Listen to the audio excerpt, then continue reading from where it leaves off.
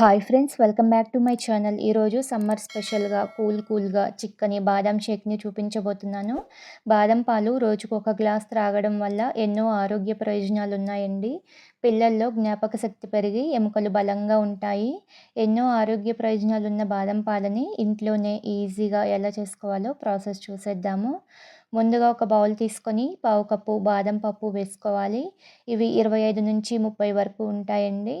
బాదం పప్పులో వేడి నీళ్ళని పోసుకొని మూత పెట్టి ఒక గంట సేపు నాననివ్వాలి. లేదంటే బాదం పప్పు నైట్ అంతా నానబెట్టుకునేవి అయినా తీసుకోవచ్చు.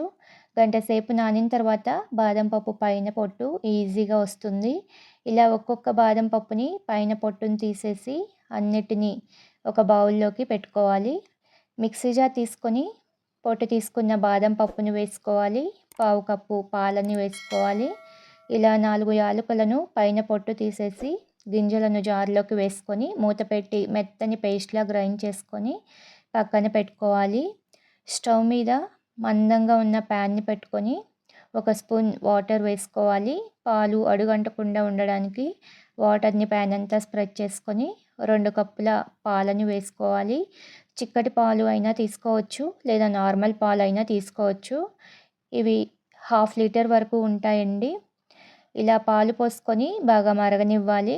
ఫ్లేమ్ని హై ఫ్లేమ్లో ఉంచి 2 పొంగులు రానివ్వాలి. 2 పొంగులు వచ్చిన తర్వాత సిమ్లో పెట్టుకొని మరగనివ్వాలి.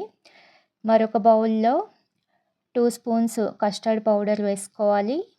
పావు కప్పు పాలను పోసుకొని ఉండలు లేకుండా స్పూన్తో బాగా మిక్స్ చేసుకొని పక్కన పెట్టుకోవాలి. పాలను కూడా మధ్య మధ్యలో కలుపుకుంటూ అంచులకు ఉన్న మేగడను తీసి పాలల్లో కలుపుకుంటూ ఉండాలి. పాలు మరుగుతున్నప్పుడు కొద్దిగా కుంకుమ పువ్వు వేసుకొని కలుపుకోవాలి. కుంకుమ పువ్వు వేసుకోవడం వల్ల మంచి ఫ్లేవర్ వస్తుంది, కలర్ కూడా చేంజ్ అవుతుంది, టేస్ట్ కూడా చాలా బాగుంటాయి. మనం ముందుగా గ్రైండ్ చేసి పెట్టుకున్న బాదం పప్పుల పేస్ట్ని కూడా వేసుకోవాలి. ఫ్లేమ్ని సిమ్లో పెట్టుకొని ఈ పేస్ట్ అడుగంటకుండా ఉండలు కట్టకుండా బాగా మిక్స్ చేసుకోవాలి. 2-3 నిమిషాలు బాదం పప్పులోని పచ్చివాసన పోయేంత వరకు మరగనివ్వాలి. ఇలా మరుగుతున్నప్పుడు ముందుగా కలిపి పెట్టుకున్న కస్టర్డ్ పౌడర్ని ఒకసారి కలుపుకొని పాలల్లోకి వేసుకోవాలి. పాలు బాగా చిక్కబడేంత వరకు కలుపుకుంటూ ఉండాలి. ఫ్లేమ్ని సిమ్లోనే ఉంచి కలుపుకోవాలి. ఇలా కొంచెం చిక్కబడిన తర్వాత 3 స్పూన్స్ పంచదార వేసుకోవాలి. పంచదార మీ స్వీట్నెస్కి తగినట్లుగా వేసుకోవచ్చండి. పంచదార కరిగేంత వరకు కలుపుకుంటూ అంచులకు ఉన్న మేగడను పాలల్లో కలుపుకుంటూ బాగా మరగనివ్వాలి. ఇలా చిక్కబడిన తర్వాత స్టవ్ ఆఫ్ చేసుకొని పక్కన పెట్టుకొని చల్లారనివ్వాలి.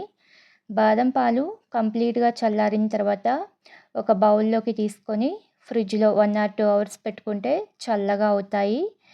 1 అవర్ తర్వాత బయటకు తీసుకొని ఒకసారి అంతా కలిసేలాగా కలుపుకొని గ్లాసుల్లోకి సర్వ్ చేసుకోవడమే.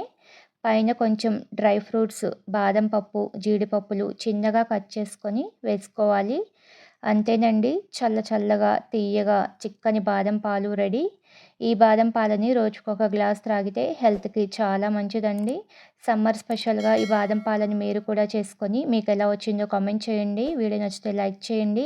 మీ ఫ్రెండ్స్కి, రిలేటివ్స్కి షేర్ చేయండి. మన ఛానల్ని సబ్స్క్రైబ్ చేసుకోండి. Thank you for watching this video.